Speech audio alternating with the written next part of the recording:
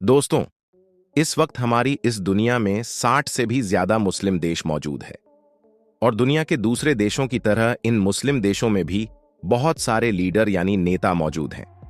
लेकिन अब सवाल यही है कि आखिर इन बहुत सारे मुस्लिम देशों में बहुत सारे मुस्लिम नेताओं में सबसे ताकतवर मुस्लिम नेता कौन है? इसी सवाल का जवाब देने के लिए आज की इस वीडियो में हम आप लोगों को दुनिया के 5 सबसे ताकतवर मुस्लिम नेताओं के बारे में ही बताने वाले हैं। आज की इस वीडियो की मदद से आप लोग यह जान सकेंगे कि इस वक्त हमारी इस दुनिया में जितने भी मुस्लिम लीडर मौजूद हैं, आखिर उनमें से 5 सबसे ताकतवर मुस्लिम नेता कौन हैं। सबसे पहले तो मैं आप लोगों को यह बात बताता चलूं कि आज की इस वीडियो को हम लोगों ने बहुत सारी रिपोर्ट की मदद से तैयार किया है।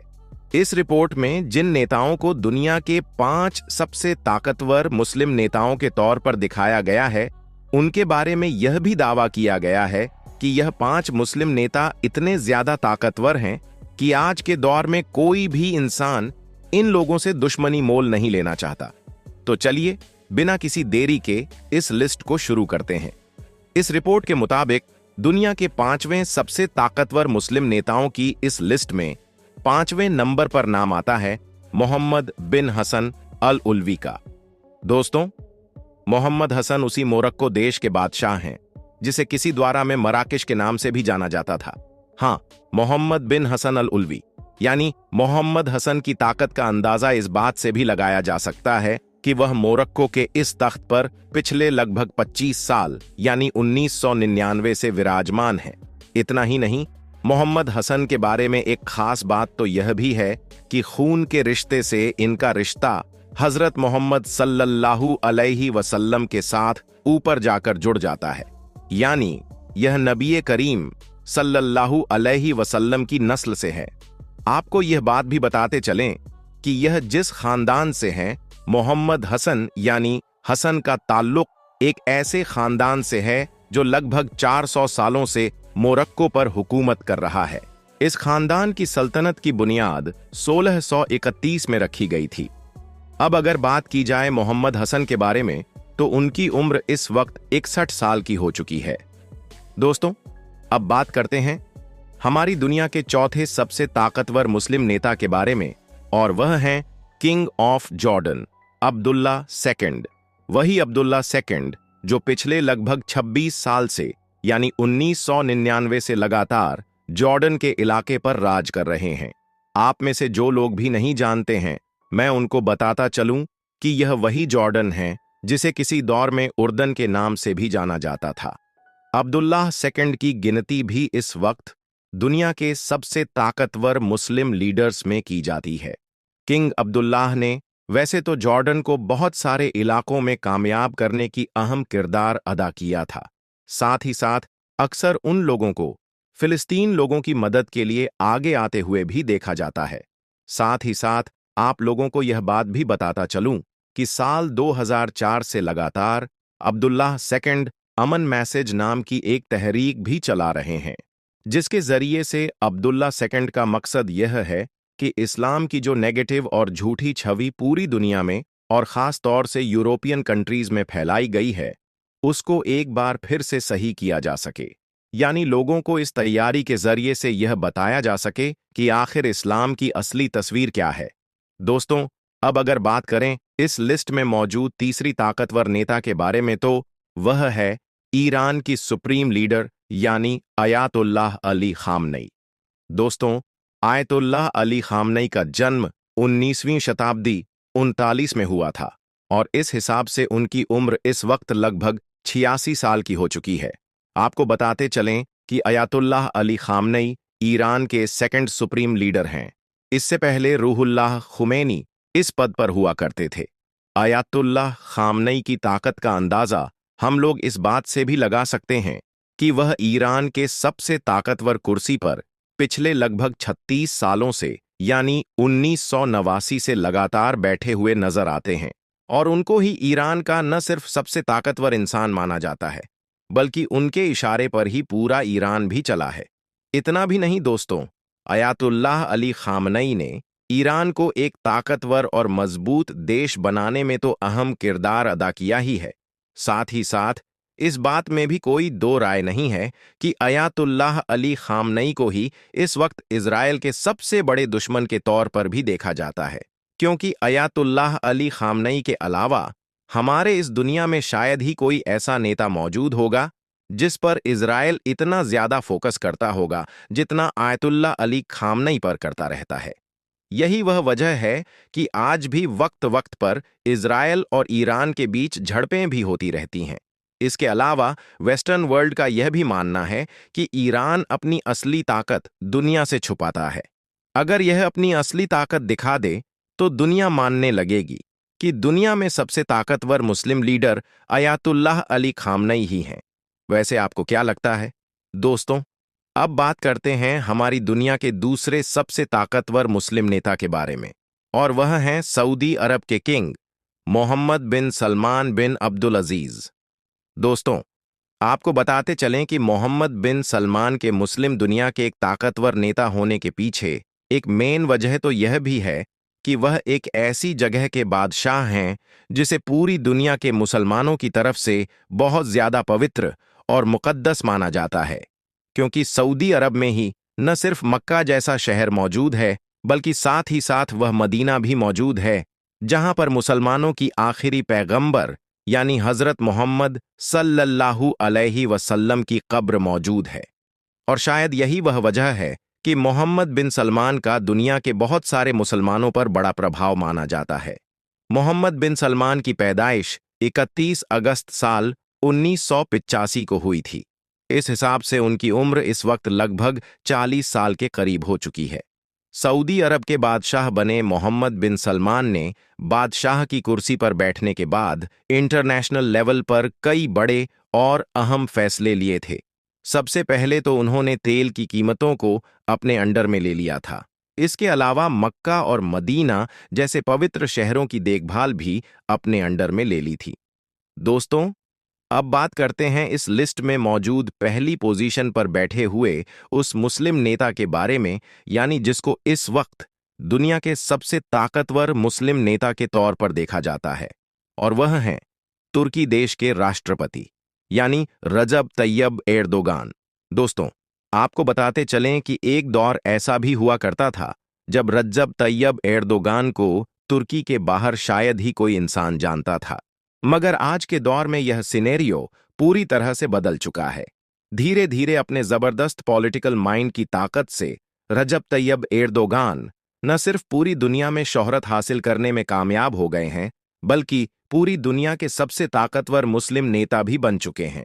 आज शायद ही हमारी दुनिया में कोई ऐसा मुस्लिम देश मौजूद होगा जहां पर रहने वाले मुसलमानों के ऊपर रजब तैयब दुकान का प्रभाव ना हो, वरना तो लगभग हर देश में ही रजब तैयब एर्दोगान अपनी छाप छोड़ने में कामयाब हो चुके हैं।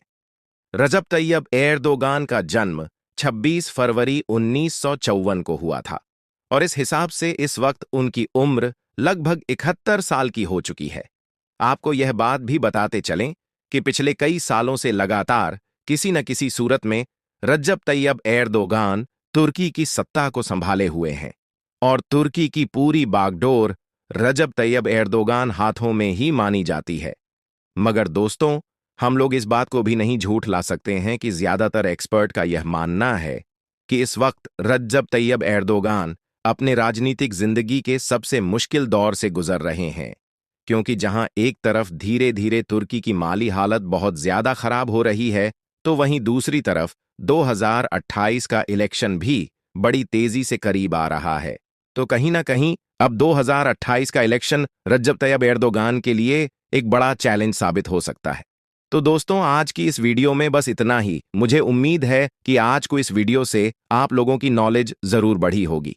वैसे आपको क्या लगता है दोस्तों कि इन 5 मुस्लिम लीडरों में सबसे ज्यादा ताकतवर कौन सा लीडर है?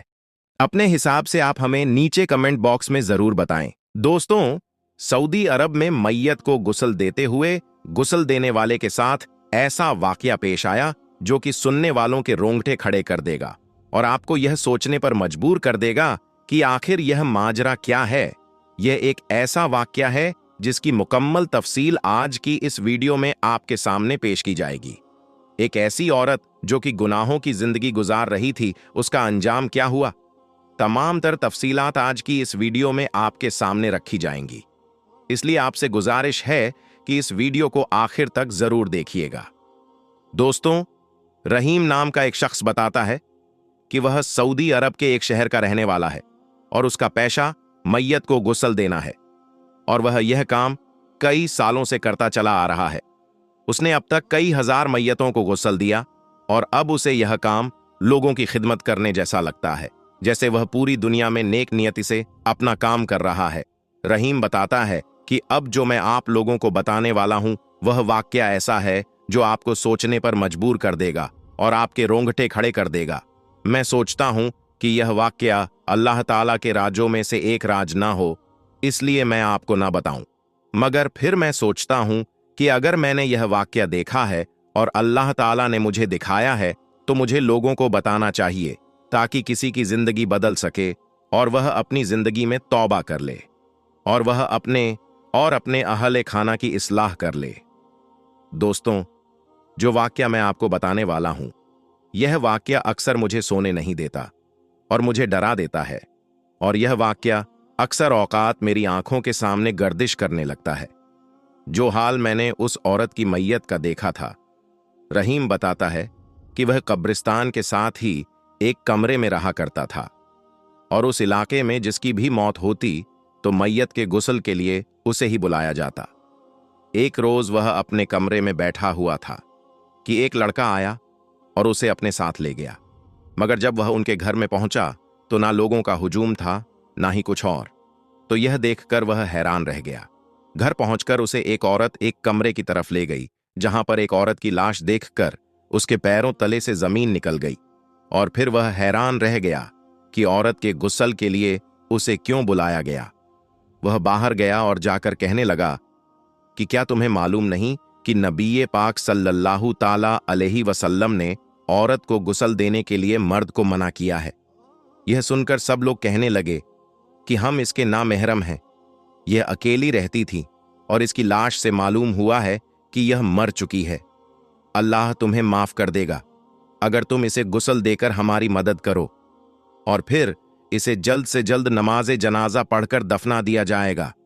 रहीम ने फिर इनकार किया और उन्हें समझाने की बहुत कोशिश की, मगर वह न माने और कहने लगे कि यह लाश ताफुन ज़दा है, इसलिए हम तो इसे गुस्ल नहीं दे पाएंगे।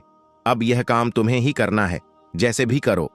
फिर कुछ सोच विचार के बाद रहीम मान गया और उसने यह शर्त रखी कि जब मैं गुस्ल दूं तो वहां कमरे में एक औरत जरूर मौजूद होनी चाहिए, ताकि अगर मैं उसे किसी काम को करने के लिए कहूं तो वह कर सके। लिहाजा उन्होंने लाश के कपड़े उतारे तो औरतों की जोर जोर से चीखने की आवाज आने लगी। रहीम ने आगे बढ़कर देखा तो वह भी खौफ के मारे पीछे हट गया। उनमें से एक औरत ने कहा कि इस लाश के जिस्म को देखो, तो रहीम ने कहा कि यह हराम है, मैं नहीं देख सकता। लेकिन जब उन्होंने इसरार किया तो मेरी नजर उस खातून के पेट पर पड़ी जिसमें से लातादाद चींटियां निकलकर बाहर आ रही थीं। वह दोनों औरतें भी पीछे हट गईं, क्योंकि अब चींटियां उनके पांव पर चढ़ने लगी थीं। उन्होंने कहा कि अब हम मजीद तुम्हारी मदद नहीं कर सकते, अब तुम्हें अकेले ही गुस्ल देना पड़ेगा। रहीम ने हिम्मत करके जल्दी जल्दी गुस्ल देना शुरू किया। चींटियां मुसलसल उसके पेट से बाहर निकलती जा रही थीं और वह जब भी उस सुराख को बंद करने की कोशिश करता तो चींटियां और ज्यादा तादाद में बाहर आने लगतीं। उसने गुस्ल मुकम्मल किया और नमाज़े जनाजा के बाद लाश को दफनाने के लिए कब्रिस्तान ले जाया गया और कब्र में उतारते हुए भी उन्हें बड़ी मुश्किलात का सामना करना पड़ा। रहीम बताता है कि जब लाश को कब्र में लेटाने के बाद उसका चेहरा क़िबला रुख करने की कोशिश की गई तो वह हो ही नहीं रहा था, यानी वह दूसरी तरफ फिर गया, और फिर मैंने सीधा किया तो वह फिर से दूसरी जाने फिर गया। हम बार बार कोशिश करते रहे मगर हम कामयाब ना हो सके, यहां तक कि फिर यह फैसला किया गया कि इस खातून को इसी तरह दफना दिया जाए, और फिर हमने मिट्टी डालकर उसे उसी तरह ही दफना दिया। रहीम बताता है कि जो लड़का मुझे लेने आया था, मैंने उससे पूछा कि आखिर बात क्या है जो इस खातून की इस कदर बुरी हालत है, तो वह लड़का बताता है कि मुझे मुकम्मल तो नहीं मालूम, मगर मालूम है कि यह औरत जानिया थी और इसी वजह से इसके शौहर ने इसे तलाक दे दिया था क्योंकि इसके कई गैर मर्दों के साथ जिस्मानी ताल्लुकात थे। तलाक के बाद यह औरत यहां अकेली रहने लगी और फिर रोजाना हर रात गैर मर्द इससे मिलने आया करते थे। दोस्तों, एक जानिया औरत, बदकार औरत, उसके साथ इस दुनिया में यह मामला पेश आया, तो फिर आखिरत में क्या मामला पेश आएगा, इस बारे में तो अल्लाह ताला ही बेहतर जानता है। मगर एक चीज साफ है और वह यह है कि हमारे आज के मुआशरे में जिना को फैशन बना लिया गया है। आपस में दोस्ती और फिर ऐसी पार्टियों का इंतखाब किया जाता है जहां पर मर्द और खातून मौजूद होते हैं और फिर इन पार्टियों को फैशन का नाम दिया जाता है। लेकिन यह गुनाह कबीरा है और ऐसा गुनाह जिसका अजाब बहुत दर्दनाक है। इसीलिए हम उम्मीद करते हैं कि हमारे सब देखने वाले इस तरह के वाक़यात से इब्रत पकड़ेंगे और अपनी और अपने अहले खाना की इस्लाह जरूर करेंगे।